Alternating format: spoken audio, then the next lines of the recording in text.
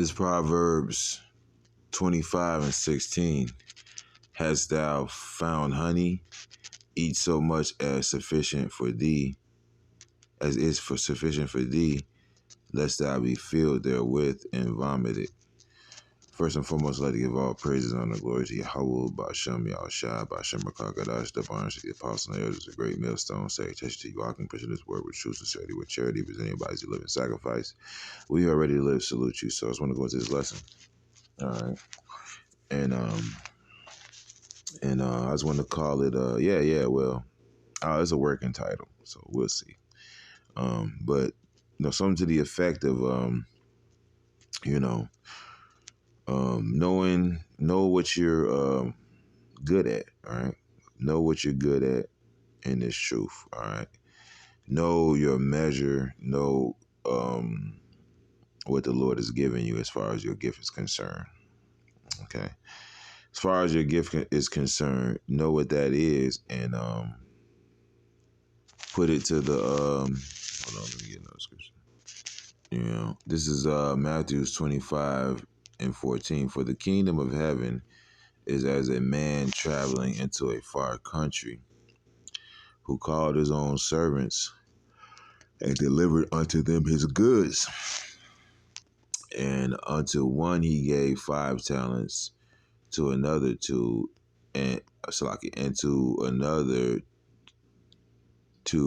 one, and unto one he gave 5 talents, to another 2, and to another 1, to every man according to his several ability, and straightway he took his journey, right? So the Lord has given us all abilities, all right? It reminds me of the movie The X-Men, Every man had their own powers, right? And then he that had received 2, he also gained other 2, right? So, yeah, putting your skills to use, your talents, whatever the Lord gave you, putting it to use, right? But he that had received 1 went and digged in the earth and hid his Lord's money. After a long time, the Lord of those servants cometh and reckoneth with them. And so he had received 5 talent. And so he that had received 5 talents came and brought other 5 talents, saying, Lord, thou deliverest unto me 5 talents. Behold, I have gained besides them 5 talents more.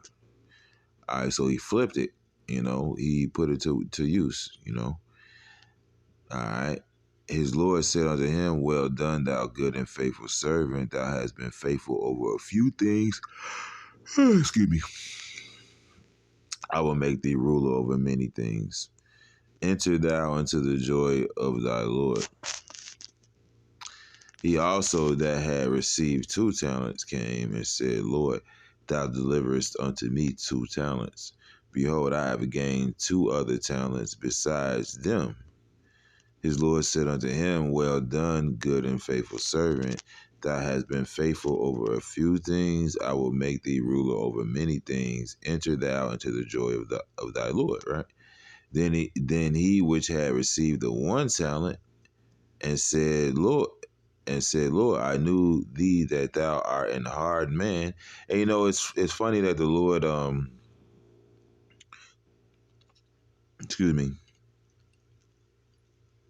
is using the analogy of the one with 1 talent, because sometimes we can afflict ourselves in our mind and be like, well, I don't got as many gifts as this brother, or this brother got more gifts than me. And then it'll make you, you could afflict yourself in your own counsel in your mind and say that your talents ain't worth even putting to use. And then you become unfruitful because you were afflicted in your own mind, not realizing that you are still in the game, Then he which had, please excuse me. Then he which had received the 1 talent came and said, Lord, I knew thee that thou art a hard man,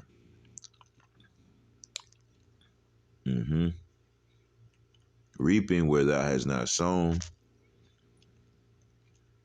and gathering where thou hast not strawed.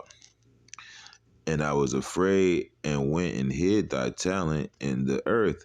Lo, there thou hast that is thine. His Lord answered and said unto him, Thou wicked and slothful servant, thou knewest that I reap where I sowed not, and gather where I have not strawed. Thou oughtest therefore to have put my money to the exchangers, and then at my coming I should have received mine own with usury. So yeah, man, just like even in the world, man, shit, I hate to use that analogy, but motherfucker front you a pack, you gotta flip that shit, man. You know? Now in the world, like motherfucker don't care as long as they get their money back. But the Lord ain't like that, bruh. The Lord I'm thinking about the movie Paid in Full. I gave you them drugs so you can get money. You fucked up.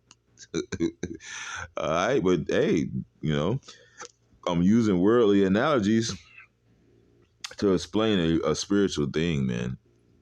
Don't ever feel like because you've been given, maybe you've been given a less talent that you're not a part of this, that you're not worthy. Nah, man. Everybody has a role to play. You know, some brothers have more talents than others. Some brothers have a bigger portion than others, but that's just how it is, man. All right.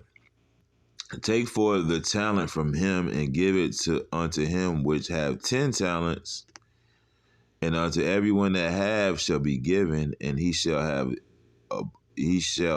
abundance. But for him that have not shall be taken away even that he have. And cast ye the unprofitable servant into outer darkness. There shall be weeping and gnashing of teeth. And now this lesson, I mean, that scripture is, man, heavy, man. That whole little deal, man, I just read, bro. Like, you got to understand, man, the Lord is, if you're in this, man, the Lord's giving you a position, a talent, man, to use, man. You got to put it to the exchangers, like the scripture I read, man. This is a spiritual stock market, so to speak, man. The Lord gave us, he put us in the game, bro. He put us in the game, man. And not everybody's in the game. Not everybody can invest. All right. So we definitely want to, because what happened, man. These men, the guy who had 5 talents, he invested those 5, man, and then he got a return on it, man. And that's how we got to be, man. We got to be spiritual investors. So what if you got 1 talent? You got 1 chip. You're in the game, bro. Put that, man. And guess what? If you really put it to use, if you really put it in the game, the Lord will increase that, man. The Lord increased that. Okay, you had 1, now you got 2. Okay, now you done came up. Now you shining. Now you got a chain. Inside joke. You know what I'm saying? Don't ever feel like you insignificant, man. Everybody's been given a gift, for like the scripture I read, for their several abilities. Everybody's been given a ability, man. Hey, I like to use the analogy of Dragon Ball Z, man. All right. You got a character in Dragon Ball Z that a lot of people don't talk about, man. Yajirobe, man. All right, Yajirobe, nobody really will talk about Yajirobe, man. Yajirobe don't really be fighting like that, doing no spectacular shit. And people don't really be looking for him when an enemy comes. But guess what? If it wasn't for Yajirobe, if you know anything about Dragon Ball Z, Goku would be dead. All them niggas would be dead. There would be no Z-Force at all. All right, all them niggas would have been dead. Right? Vegeta would not be the Vegeta we know. He would have been dead because he would have killed the fucking Earth and then tried to fight Frieza, and nobody would ever wished him back. Now I'm not finna go too far into that, but he was a pivotal character, man. You know, and he didn't have that many. He didn't really have no power. He just showed up at the right time when everybody needed him, and he put the little talent that he had. He used it right when it needed to be used, and he saved everybody, man. All right. Hey, you could be a spiritual Yajirobe, man. You know, never count yourself out, man.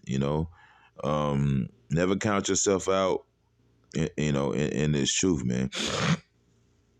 We all got a role to play, man, and of course, coming up in this world, this is gonna be a bit of a spiritual rant, so please forgive me. In this world, we've been belittled all our life, man. People are belittling us right now, So, it's easy to have an inferiority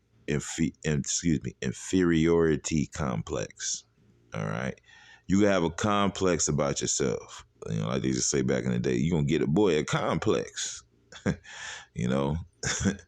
It's easy to have that about yourself and think you're insignificant in the truth, but nah, there's nothing insignificant about this thing we in. Matter of fact, let me get another scripture.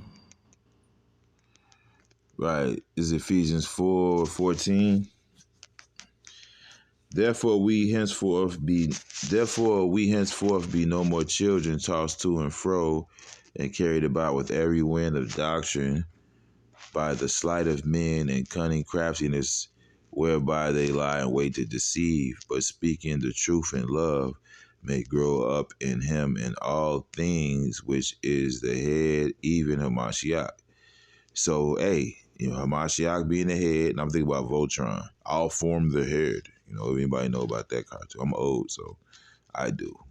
It says, from whom the whole body fitly joined together and compacted by that which every joint supplieth. Every joint supplies something to the body, right? According to the effectual working and the measure of every part maketh increase of the body unto the edifying of itself in love. This I say, therefore, testify in the Lord that ye henceforth walk not as other Gentiles walk in the vanity of thy mind, right? Well, that was the point.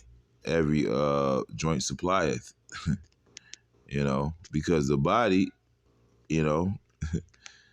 it's fitly framed together, and you can't. Matter of fact, let me get another scripture. Just gonna help elaborate. Right, this First Corinthians 12 and 14. For the body is not one member, but many. If the foot shall say, because I am not the hand, I am not of the body, is it therefore not of the body? And if the ear shall say, because I am not of the eye, am I not of the body? Is it therefore not of the body?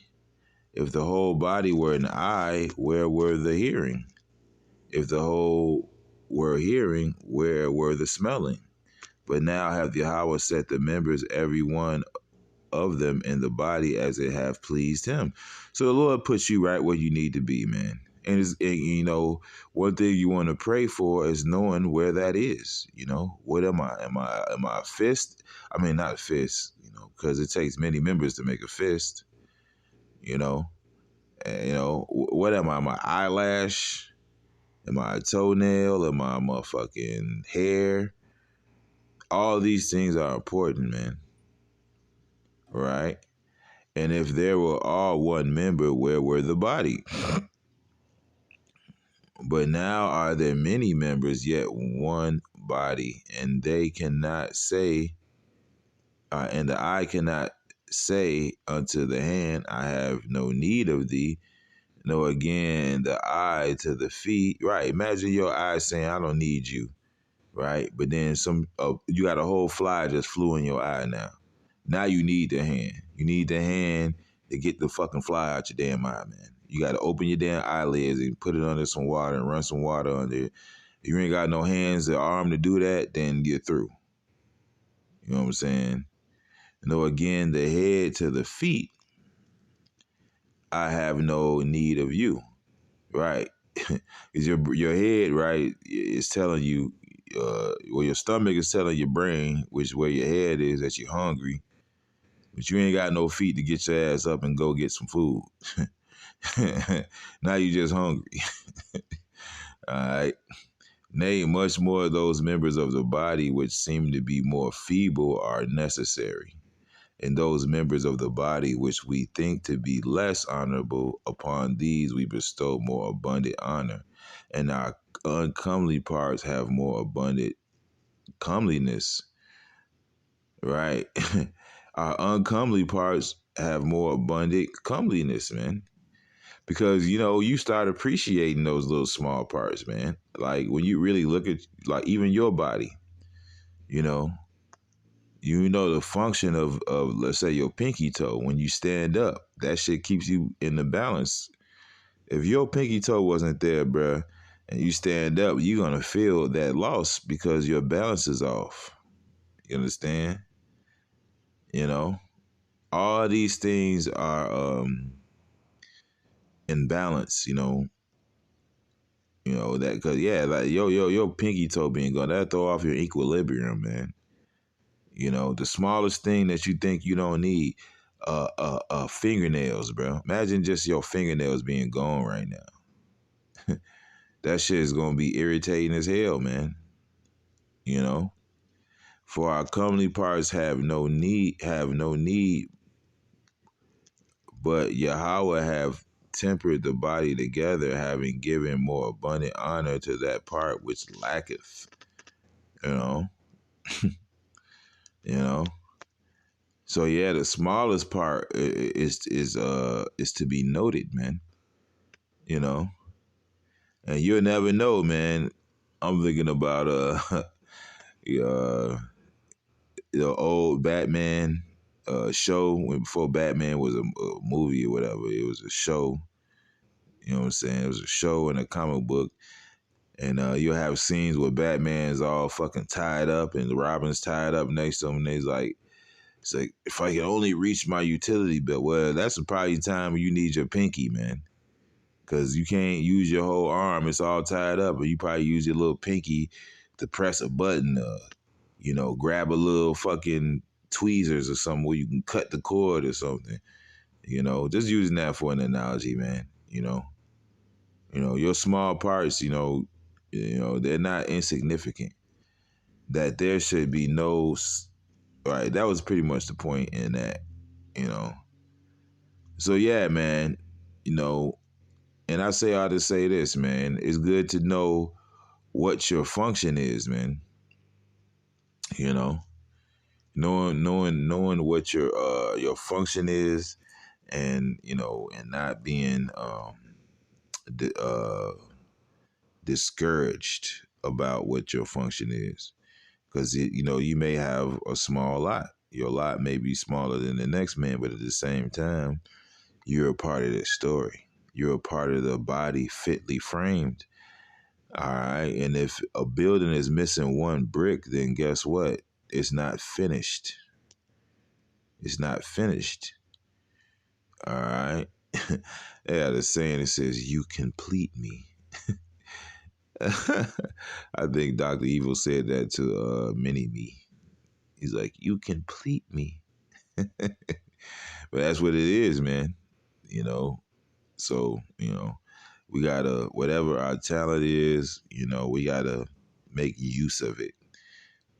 Know where you fit in this thing, and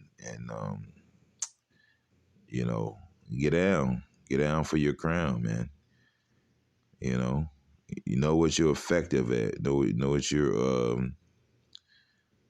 useful at, man. you know, in the band you got many. You got the drummer. You got you know a guy with that plays the saxophone. You may have a guy that plays the piano. You know, and then you might have one guy who's just meant to hit a cymbal, one time, like right, like every few seconds, like ping, ping. He just knows the right time to hit it. He'll hit it one time. Everybody else is getting down on the guitar, doing all this elaborate shit. His job is just to ping, hit that cymbal one time. But that's a part of the song, man. It wouldn't be the same song without it. So it's a little lesson I wanted to do, just a little bit of word of encouragement. Hope it was some edification with it. And yeah, shalom.